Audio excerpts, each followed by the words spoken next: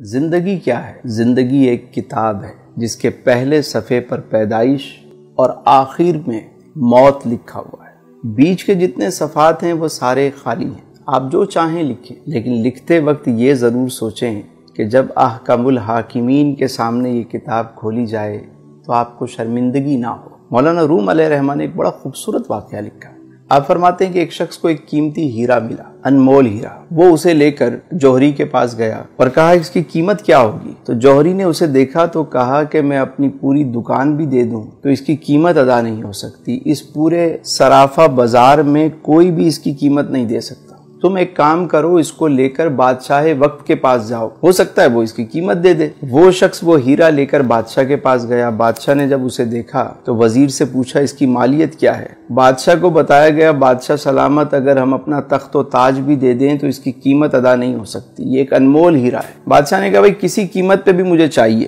وزیر نے کہا یہ کام مجھ پہ چھوڑ دیں، اور اس شخص سے کہا کہ ایک کام کرو کہ تم یہ ہیرا ہمیں دے دو، صبح تم آ جانا سورج نکلنے سے پہلے، سورج نکلنے سے لے کر غروب آفتاب تک محل کے سارے دروازے تمہارے لیے کھول دیے جائیں گے، تم جس دروازے سے چاہو داخل ہو جاؤ، جو کچھ اس محل سے لے جانا چاہو لے جاؤ، تمہیں کوئی روکنے ٹوکنے والا نہیں ہوگا۔ وہ شخص گیا گھر، ساری رات اسے نیند نہیں آئی۔ صبح سورج نکلنے سے پہلے وہ محل میں داخل ہو گیا، دیکھا سارے دروازے کھلے ہوئے، وہ آرام سے داخل ہو گیا، کسی نے اسے روکا نہیں۔ پہلے ہال میں جب وہ گیا تو اس نے کیا دیکھا کہ بہت سارے شاہی لباس وہاں پر ٹنگے ہوئے ہیں، طرح طرح کے لباس ہیں۔ اس نے سوچا کہ ابھی تو صبح کا وقت ہے، میں نے تو ایسے کپڑے کبھی نہیں دیکھے، چلو پہلے اسے ذرا زیب تن کرتے ہیں۔ اس نے ایک لباس پہنا، اسے شیشے میں دیکھا، دوسرا پہنا، اسے اتارا، تیسرا پہنا، اسے اتارا۔ کافی وقت کے بعد اسے ایک لباس پسند آ گیا۔ جب وہ پہن کر اپنے آپ کو دیکھتا ہے، کہتا ہے میں تو شہزادہ لگ رہا ہوں، میں تو بادشاہ لگ رہا ہوں۔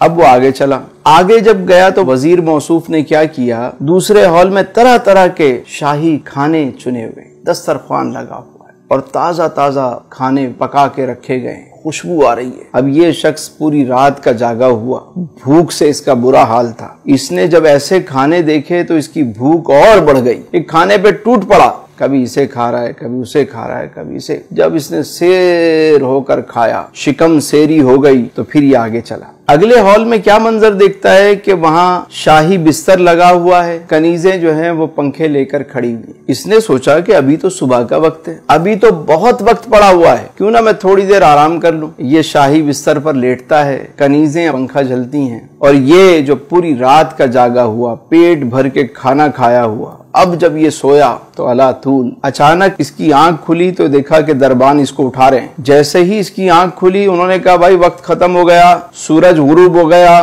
چلو اب یہاں سے بھاگو۔ یہ شخص فوراً اٹھ کر سامان اٹھانے لگ گیا، کبھی یہ اٹھا رہا ہے، کبھی وہ اٹھا رہا ہے۔ انہوں نے کہا خبردار، تم یہاں سے اب تنکا بھی نہیں لے کر جا سکتے۔ اس نے کہا میں نے تو کچھ بھی نہیں لیا ابھی تک، تمہاری مرضی، وقت ختم ہو گیا۔ اٹھا کے اس کو محل سے باہر پھینک دیا۔ مولانا روم فرماتے ہیں کہ جس طرح اس شخص کو قیمتی ہیرا ملا، انمول ہیرا، اور اس نے اسے ضائع کر دیا۔ اگر وہ چاہتا تو سارا دن بجائے اچھے لباس پہننے کے، اچھے کھانے کھانے کے، ایک معقول لباس پہن لیتا، مختصر سا کھانا کھا لیتا اور آرام کی قربانی دے دیتا، اور وہ سامان اٹھا کے باہر رکھتا رہتا۔ جب شام کو وہاں سے نکالا جاتا تو اس کا اپنا محل تیار ہو چکا ہوتا، لیکن اس نے اپنے انمول ہیرے کو ضائع کر دیا۔ اسی طرح ہم دنیا میں آئے ہیں تو یہاں پہ ہم اچھے لباس، سوٹڈ بوٹڈ، بس ہمارا مرنا جینا جو ہے وہ بس لباس پہ ہے۔ کچھ زندہ رہنے کے لیے کھاتے ہیں اور کچھ کھانے کے لیے زندہ رہتے ہیں، مقصد ہی کھانا ہے، کھائے جا رہے ہیں، اور اس کے بعد سونے میں وقت ضائع ہو جاتا ہے۔ یاد رکھیے جب موت کا وقت آتا ہے نا تو انسان کہتا ہے کہ مجھے تھوڑی سی مہلت دے دو، میں 2 رکعت نفل ادا کر لوں، اے فرشتوں مجھے کچھ موقع دو کہ میں 1 مرتبہ سبحان اللہ کہوں،